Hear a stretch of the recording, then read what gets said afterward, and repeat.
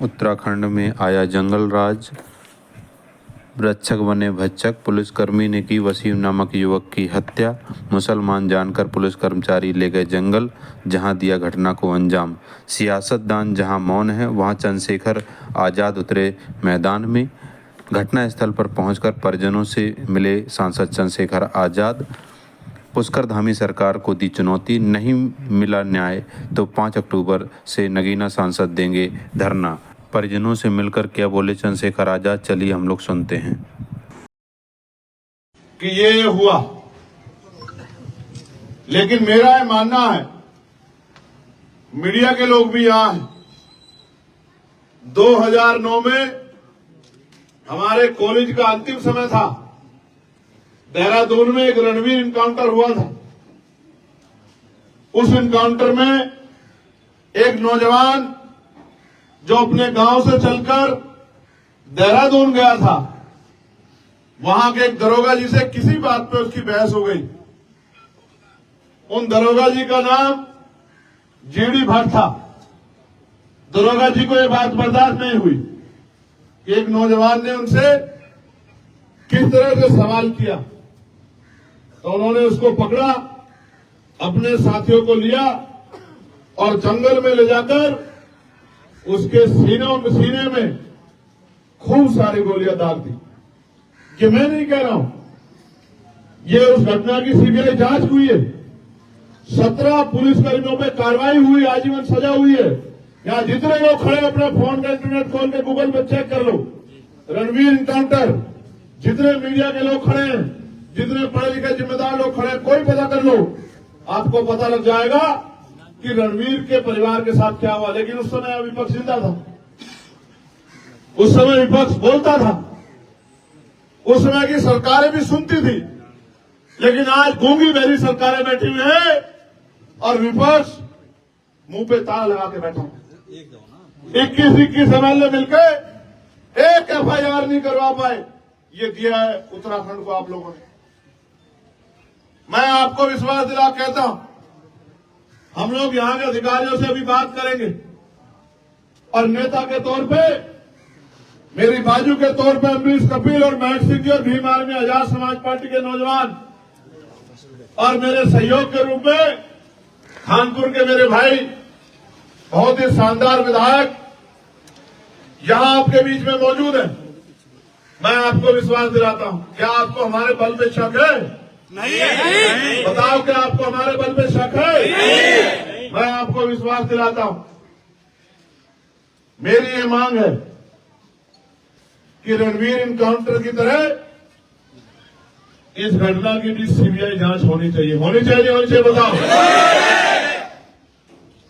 क्योंकि हो सकता है पुलिस अपनी जगह सही, और हो सकता है परिवार की एक एक बात कही वो बिल्कुल सच है, लेकिन साबित कैसे होगा?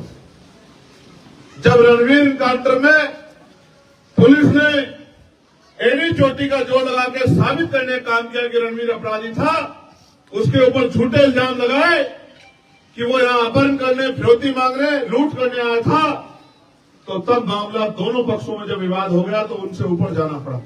अगर वास्तविकता में यहां की सरकार न्याय पसंद है, वो वास्तविकता में अगर न्याय दिलाना चाहती है और इस घटना के पीछे कोई आरोप प्रत्यारोप नहीं है, तो सरकार को आगे बढ़कर इसकी जांच करानी चाहिए। अगर मेरे विपक्ष के सम्मानित विधायक जिस दिन मुख्यमंत्री से मिले थे, उसी दिन वहीं बैठ जाते और कह देते जब तक FIR नहीं होगी, FIR से फांसी नहीं चल रहा था कोई, FIR होती, उसकी जांच होती और जांच में जो दोषी पाया जाता उस पर कार्रवाई हो। हम ऐसी मांग करते, हम नहीं कहते किसी को सजा दे दो, और हम है भी नहीं सजा देने वाले। हमारा तो ईमान, हमारा तो भरोसा कुदरत पे, ऊपर वाले पे है कि जुल्म करने वाला कभी नहीं बचेगा। जुल्म करने वाले को कोई नहीं बचा सकता। जो सत्ता में बैठे लोग हैं, जिनको लगता है कि वो मालिक है, जिस पुलिस को, जिनकी पीठ थपथपाई जा रही है, ये कहा जा रहा है कि वो पुलिस बहुत अच्छी पुलिस है। सब जानते हैं पुलिस किसकी होती है, पुलिस सरकार की होती है। आज जो सरकार है, पुलिस उसकी है। कल अगर हम लोग सरकार में होंगे तो पुलिस हमारी होगी, मगर हम न्याय पसंद लोग हैं। हम किसी के बच्चे को मारने की जाए जो है पुलिस को न आज देते न तब देंगे, क्योंकि हम ये चाहते हैं हर आदमी की जिंदगी महत्वपूर्ण, हर आदमी की जिंदगी जो है उसकी रखवाली होनी चाहिए। लेकिन यहाँ की सरकार एमडो में काम करती है। वसीम एक इतना सुंदर नौजवान, मुझे ये भी बताया गया कि कुछ पुलिस वालों से उसका विवाद हुआ, जो जिम की दुकान जिम चलाता था अपनी, जो एसी ठीक करने का काम करता था, अपने पिता की आंखों का तारा था, उसकी मां बार बार बेहोश हो जाती, मैं बात कर रहा था। अगर मेरे हाथ में बहुत ताकत होती उमेश भाई, तो विश्वास करो आज मैं पूरे जिले को सस्पेंड करके और इन सबको बता देता कि किस तरह से जो है काम। ये ताकत मिलेगी भाई आपको, ये ताकत मैं सच बता रहा हूं, पूरे जिले को सस्पेंड कर देता हूं। ये ताकत मिलेगी भाई को या नहीं मिलेगी? मिलेगी। बात है, उठा के बताओ कितने लोग साथ में हैं संघर्ष में। मुझे आपका सहयोग आशीर्वाद चाहिए। ताकत तो उसने जिसने पैदा किया ऊपर वाले ने बहुत देर की, जब तक जिएंगे इज्जत के साथ जिएंगे, संघर्ष करेंगे। लेकिन मैं आपसे कह रहा हूं, सच में अगर आप ताकत में होती क्या तो मैं उस कुर्सी को लात मार देता, या फिर आज इस पूरे जिले को बता देता कि किसी गरीब के बच्चे को किस तरह जो है मारा जाता। जिंदगी में पूरे भारत के इतिहास में याद रखा जाता कि दोबारा किसी के गरीब के साथ ऐसा मत करना। लेकिन मैं आज भी आपसे कहना चाहता हूं, मैंने विधायक जी से भी कहा, वो तो खुद से संघर्ष के लिए तैयार है कि जिस समय विधानसभा का सत्र चलेगा वो जोर शोर से इस मामले को उठाएं। और मैं वचन देकर कहता हूं आपको कि पार्लियामेंट में सरकार ये ना समझे कि वही मालिक है, पुलिस ये ना समझे कि वही सब कुछ है, एडमिनिस्ट्रेशन ये ना समझे कि अगर वो ताकत में है, कुर्सी बैठे हैं तो उनका कोई कुछ बिगाड़ नहीं सकता। इस देश में न्यायपालिका है, इस देश में हम जैसे लोग हैं, हम जैसे लड़ाका लड़ने वाले संघर्षशील लोग हैं। मैं वचन दे कहता हूं कि पार्लियामेंट में इस मामले को जोर शोर से उठाऊंगा और जहां तक जाना पड़ेगा वसीम भाई को न्याय दिलाने के लिए और मैं ये भी कहना चाहता हूं, जो अधिकारी कमरे का कुंडा बंद करके बैठे हैं, फोन बंद करके बैठे हैं, उनको भी कहना चाहता है, LIU इंटेलिजेंस के लोग होंगे, हमारे पुलिस के सहयोगी साथी जो है सुरक्षा देख रहे हैं वो भी है, कि मैं अध्यक्ष जी से कहूंगा कि हरियाणा चुनाव की वोट 4 तारीख को 3 तारीख को पड़ रही है, आप 4 तारीख का ये आंदोलन रख लो, मुझे कोई काम नहीं है। मैं वहां भी ताकत इसलिए बनाना चाहता हूं क्योंकि वहां भी हमारे लोगों पे जुल्म हो रहा है। 3 तारीख को वोट पड़ेंगे, अध्यक्ष जी आप 4 तारीख का कार्यक्रम रख लो और हम देश भर के लोग यहां जुटेंगे, जिला मुख्यालय पर आंदोलन होगा, अनिश्चितकालीन आंदोलन होगा, ऐसा आंदोलन होगा कि आंदोलन तो हरिद्वार में होगा और पता पूरी दुनिया के लोगों को लगेगा। मेरी बात को आप याद रखना, हरिद्वार हमारी शक्ति को जानता नहीं जानता है। हम संविधान को मानने वाले लोग हैं, हम नहीं कहते किसी निर्दोष पे कार्रवाई करो। मेरी पुलिस से मांग है कि सबसे पहले कई ऐसी घटनाएं हैं, उत्तर प्रदेश में कई ऐसी घटनाएं हुई हैं, उत्तराखंड में भी कई ऐसी घटनाएं हुई हैं, मध्य प्रदेश राजस्थान में भी जब पुलिस के लोगों द्वारा अपराध हुआ है। अपराधी को बचाने का मतलब है अपराध को संरक्षण देना। आज एक वसीम के साथ हुआ, अगर हम लोग चुप रहे कल किसी और वसीम के साथ होगा, कल किसी और महक सिंह के साथ होगा, कल किसी और अमरीश के साथ होगा, कल किसी और उमेश के साथ होगा। आपने नहीं देखा एक ब्राह्मण समाज के बच्चे को ही गोली मार दी गई, यही आरोप लगा के उसके पिता रोते हुए कह रहे थे कि मेरी आंखों के आंसू का हिसाब होगा, ऊपर वाला हिसाब करेगा। मैं ये कहता हूं कि ऊपर वाला भी हिसाब करेगा और नीचे जो हम जैसे लोग हैं वो भी हिसाब के लिए तैयार है। हम भी हिसाब किताब में पीछे नहीं है किसी से।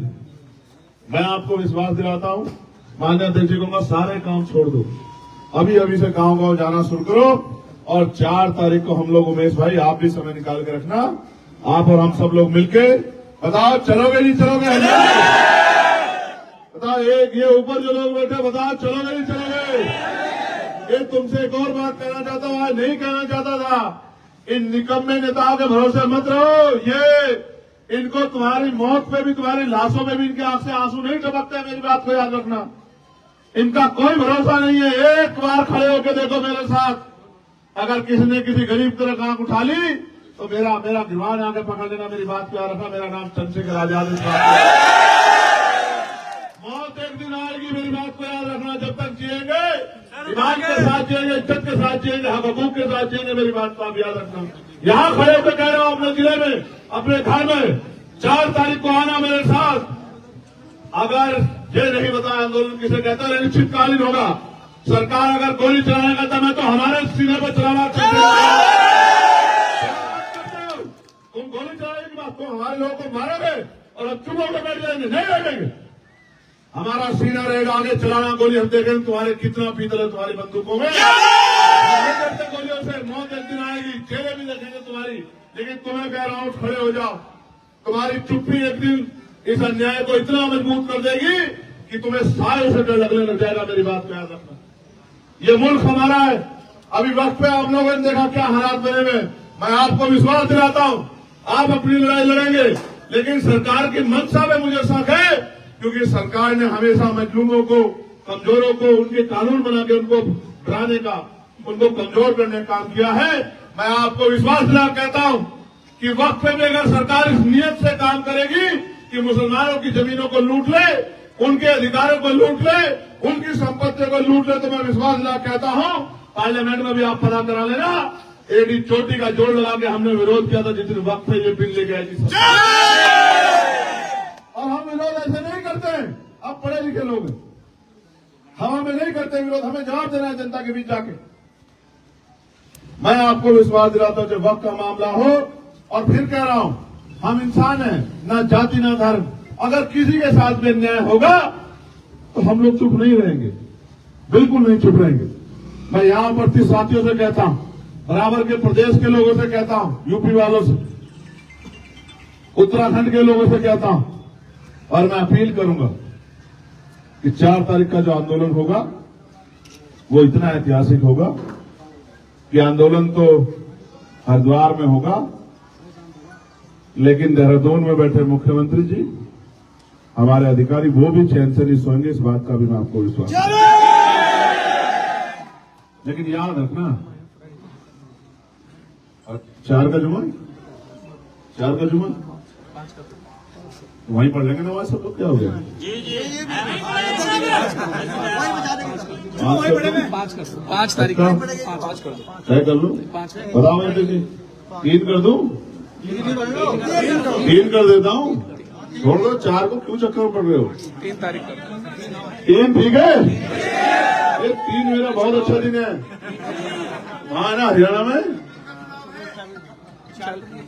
मेरे 3 का ठीक है, ठीक है 3 का। 3 का नहीं है चुनाव, 5 को वोट पड़ेंगे, 3 का प्रचार का आखिरी दिन है।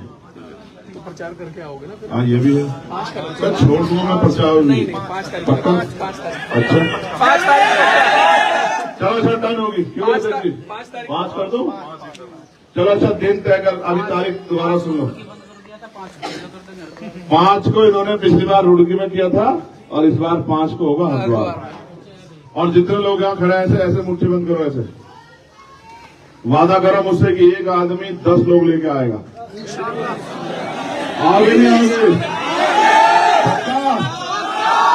सोच लो, जेल जाना पड़ सकता है, लाठियां खानी पड़ सकती है। सोच लो। इस हौसले के आगे तो पहाड़ झुक जाएगा मेरे बहादुर साथियों। अभी हौसले की वो कहते हैं ना कि संघर्षों के साय में घनघोर जवानी पलती है और इतिहास उधर झुक जाता है जिस और जवानी चलती है। ये जवानी और बड़ों का अनुभव 5 तारीख को इनकलाब लिखा, नोट कर लो डायरियों में। क्या तारीख? दिन है शनिवार और संडे की छुट्टी बनेगी भाई।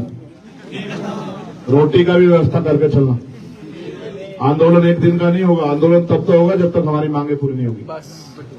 फिर कह रहा हूं, दोबारा सुनो, अनिश्चितकाल, अनिश्चितकालीन। मैं नहीं जाऊंगा छोड़ के, नहीं जाऊंगा।